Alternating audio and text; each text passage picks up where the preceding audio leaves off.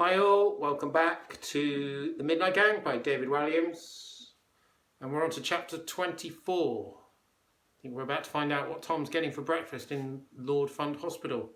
So chapter 24, Goodest Morning. Tootsie answered Tom with a question. Toast or cornflakes?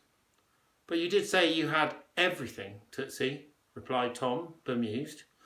Yes, I know I did, Thomas. The truth is we've had a lot of cutbacks here at Lord Fund. The hospital is becoming a sad place now. The new principal has slashed the money for the patients' food.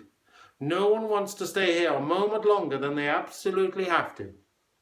No, I suppose not, replied the boy. And I know from working here for 30 years that it makes patients happy to think they can have absolutely anything their hearts desire for breakfast. But they can't, said Tom. Tootsie shook her head and sighed. This new boy just didn't understand.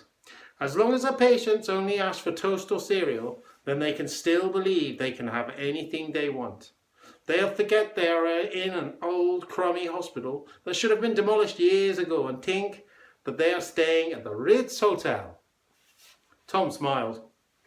Now he understood perfectly and was determined to play along. Why, thank you, Tootsie. You know what? I think this morning I'll just have a piece of toast. I'm all out of toast. Cornflakes it is then, said Tom.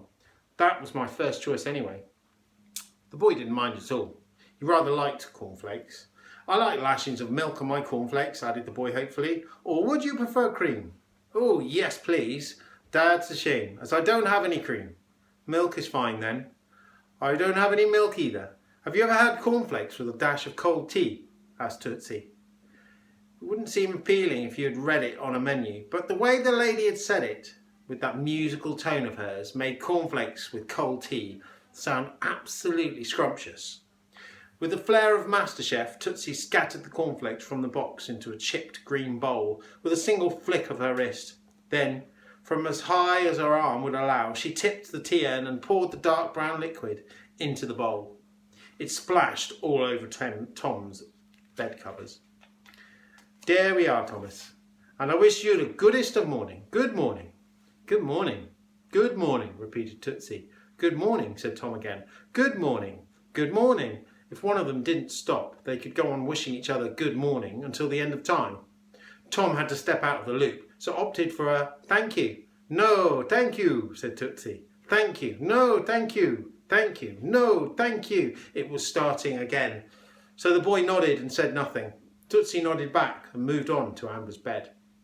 Good morning, Amber, and what can I get you this fine morning? Asked the lady.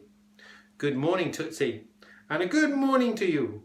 Let's not do that all morning again, please. Now, today, for a change, I won't have the freshly squeezed orange juice, blackberries with vanilla yoghurt, and honey and the pancakes with nuts, whipped cream and chocolate sauce. Are you sure? Asked Tootsie.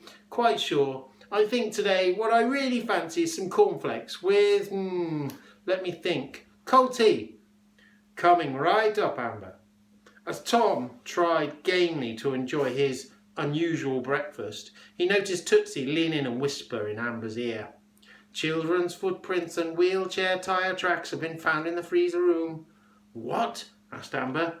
The hospital principal, Sir Mr. Strillers, was down there this morning inspecting it. Well, it wasn't us, lied Amber, clearly frustrated. I never said it was, dearie, but if it wasn't you, who was it?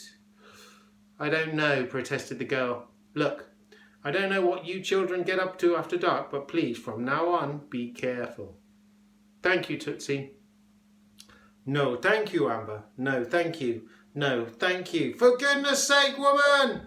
Please, can I have my breakfast now? Complained Robin, bitterly. I'm starving. Yes, of course, Robin, replied Tootsie, as she served him a bowl of dry cornflakes. She'd run out of cold tea. George got the same and went into a tremendous sulk. Next, Tootsie moved on to Sally. Under her overalls, she had concealed a small white paper bag. Don't tell the others, whispered Tootsie, but I bought you a nice bun on the way into work.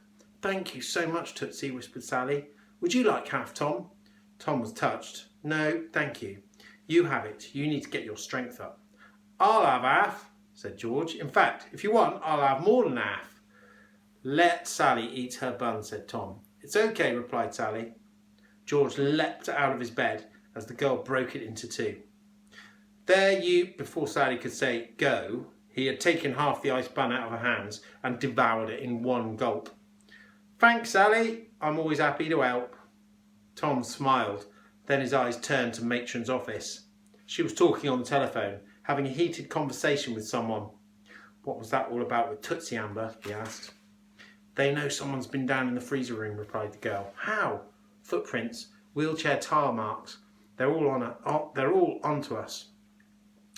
What are you two conspiring about? Demanded Matron. The children hadn't seen her coming, and she was now looming over their beds.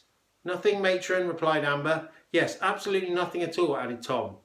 Matron studied their faces for signs of lying. Tom could feel his face glowing bright red. I don't believe you, snarled Matron. I know you rotten children are up to something. And that's where we'll leave it for today. See you tomorrow.